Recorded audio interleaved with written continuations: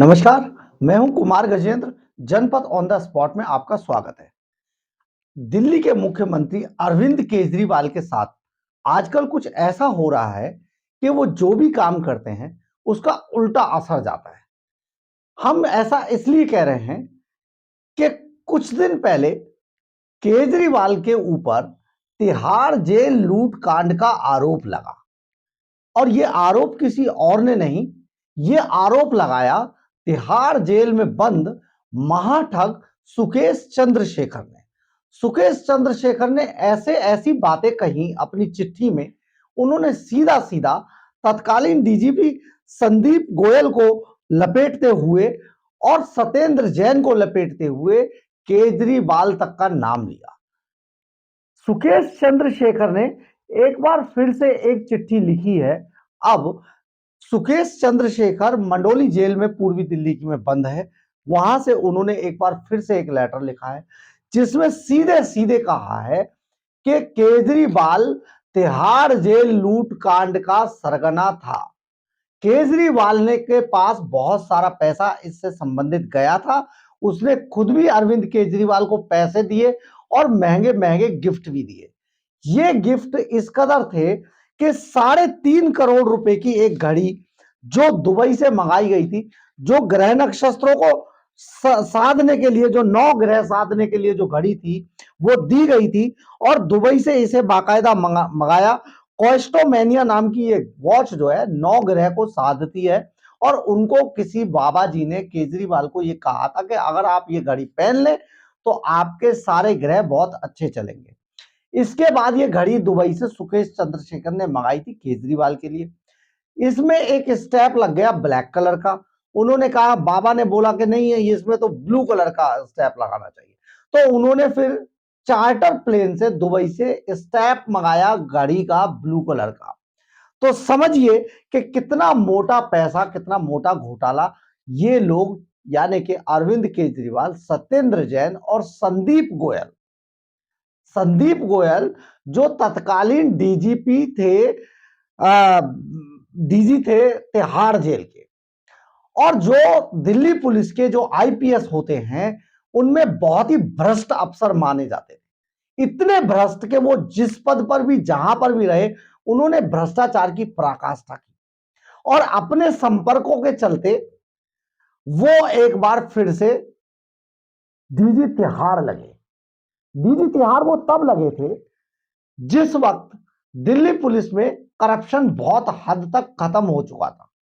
इसके बाद उन्होंने जम के करप्शन किया और आप समझिए सत्येंद्र जैन और संदीप गोयल, तो ये कहीं ना कहीं इनमें कनेक्शन था और इस कनेक्शन के जरिए इन्होंने केजरीवाल को यह समझाने की कोशिश की कि तिहाड़ जेल में भी बहुत पैसा है, वहां से अच्छी उगाई की जा सकती है।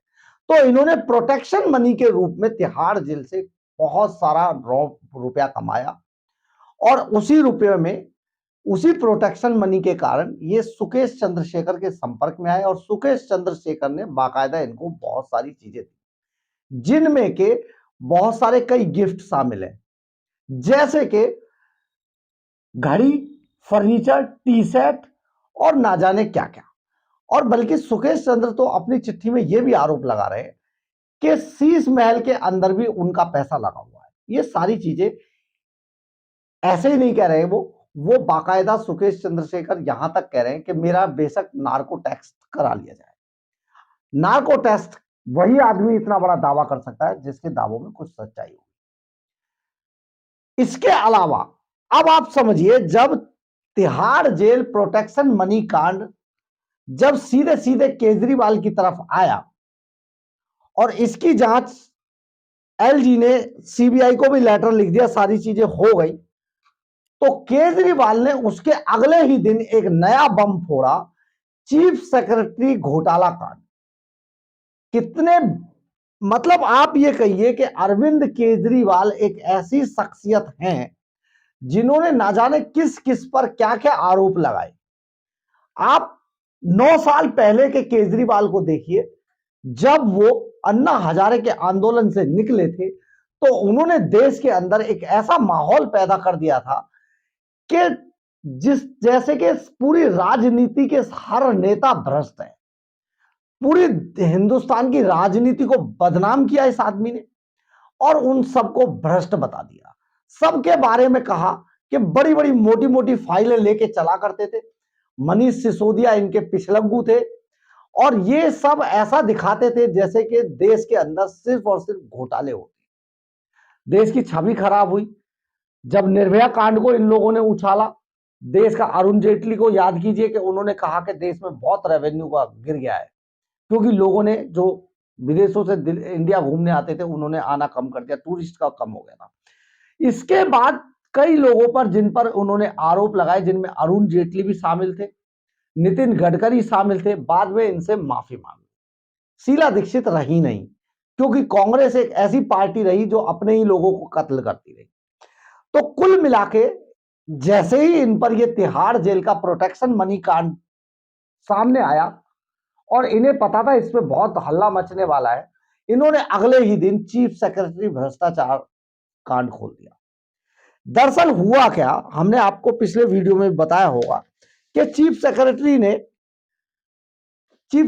के बेटे को इन्होंने लपेटते हुए सीधे सीधे लिखा कि जो द्वारका के अंदर 19 एकड़ बामनोली गांव के अंदर 19 एकड़ जमीन को जो अक्वायर किया था NHAI ने, नेशनल हाईवे अथॉरिटी ने, उसमें जो 41 करोड़ की जमीन थी वो 353 करोड़ की उसको बता दिया गया। लेकिन उसमें जब सारे पक्ष चले गए कोर्ट, हाई कोर्ट में वो मामला चला गया, शिकायत हो गई, खुद चीफ सेक्रेटरी नरेश कुमार ने इस मामले को सामने आते ही तुरंत विजिलेंस को सौंप दिया इसकी जांच के लिए। इसमें सस्पेंड कर दिया गया, जो डीएम इसमें शामिल था उसको अरेस्ट कर लिया गया। जो इसकी जो राशि थी मुआवजे की उस पर बैन लगा दिया गया, यानी कि उसमें एक पैसा भी नहीं गया। तो ये सारे मामले में पहले ही कार्रवाई हो चुकी थी और ये 1 साल पुराना मामला था। इस मामले में सीबीआई की जांच चल रही थी। आरोपी जो डीएम था वो अंदर चला गया जेल में, उसके डिपार्टमेंटल इंक्वायरी भी चल रही थी।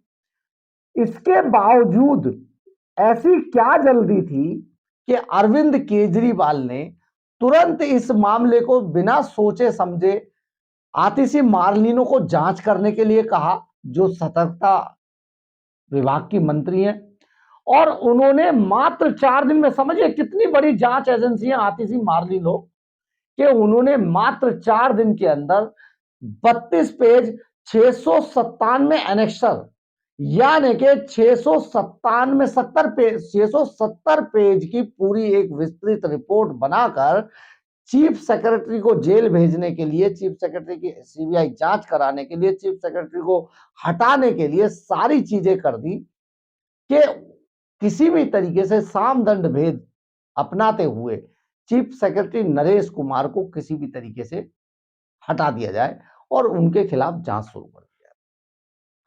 अब हम बताते हैं कि चीफ ऐसा इतनी जल्दी आखिर अरविंद केजरीवाल को क्यों है कि चीफ सेक्रेटरी नरेश कुमार के खिलाफ किसी भी तरीके से कोई मुकदमे बनाए जाए, केस बनाए जाए और उनको या तो अंदर डाला जाए या उनको बदनाम किया जाए ज्यादा से। इसमें 2 बातें हैं समझने वाली। एक बात तो यह है कि चीफ सेक्रेटरी नरेश कुमार वही शख्स हैं जिन्होंने शराब घोटाले, यानी कि जिस केस में मनीष सिसोदिया और संजय सिंह अंदर है, तो शराब घोटाले के सबसे पहले शिकायतकर्ता चीफ सेक्रेटरी नरेश कुमार है। उन्होंने ही सबसे पहले एलजी को यह शिकायत की थी कि इसमें बहुत सारे रेवेन्यू की चोरी हुई है और इसमें मोटी रिश्वत लेकर शराब नीति को दिल्ली के अंदर बदला गया है। और वो बदलने वाले कौन लोग हैं, क्योंकि शराब जो डिपार्टमेंट था वो मनीष सिसोदिया के पास था, संजय सिंह इसमें मीडिएटरशिप कर रहे थे और केजरीवाल इसमें रिश्वत खा रहे थे। तो बहुत मोटा 100 करोड़ रुपए की जो पूरी मनी ट्रेल है वो गोवा तक आज ईडी के पास है। इसके अलावा करोड़ों रुपए का जो मनी ट्रेल है वो ये साबित हो चुका है कि केजरीवाल ने इसमें पैसा लिया था, संजय सिंह ने पैसा लिया था और इसको शराब नीति को बदला गया था दिल्ली के अंदर। तो अब एक तो एक तो केजरीवाल चीफ सेक्रेटरी नरेश कुमार से बदला लेना चाहते हैं इसको करके, लेकिन उसके अलावा एक बड़ी बात है। दरअसल है क्या कि 30 नवंबर को chief secretary Naresh Kumar retire हो रहे हैं और इससे पहले अरविंद केजरीवाल एंड कंपनी उनके ऊपर इतना कीचड़ उछाल देना चाहती है कि चीफ सेक्रेटरी नरेश कुमार को गृह मंत्रालय किसी भी तरीके से एक्सटेंशन ना दे। लेकिन चीफ सेक्रेटरी नरेश कुमार की एक्सटेंशन को लेके एक पत्र एलजी वीके सक्सेना ने गृह मंत्रालय को लिख दिया है और यह तय माना जा रहा है कि दिल्ली के चीफ सेक्रेटरी नरेश कुमार को 2 साल का एक्सटेंशन मिलना लगभग तय है। तो अरविंद केजरीवाल जिस आदमी से सबसे ज्यादा त्रस्त है, यानी कि चीफ सेक्रेटरी नरेश कुमार से, वो उस नरेश कुमार को किसी भी तरीके से बदनाम करने का कोई दांव छोड़ना नहीं चाहते हैं। और अगर चीफ सेक्रेटरी नरेश कुमार बदनाम होते हैं तो आने वाले समय में जब ये मुकदमा सुप्रीम कोर्ट के अंदर चलेगा तो चीफ सेक्रेटरी इसमें गवाह होंगे और उनको मुकदमे उनके ऊपर बनवाकर, फर्जी मुकदमे बनवाकर उनको आसानी से उस मामले में फंसाकर उनसे उनकी गवाही को तोड़वाया जा सके, ये एक ऐसी संभावना है।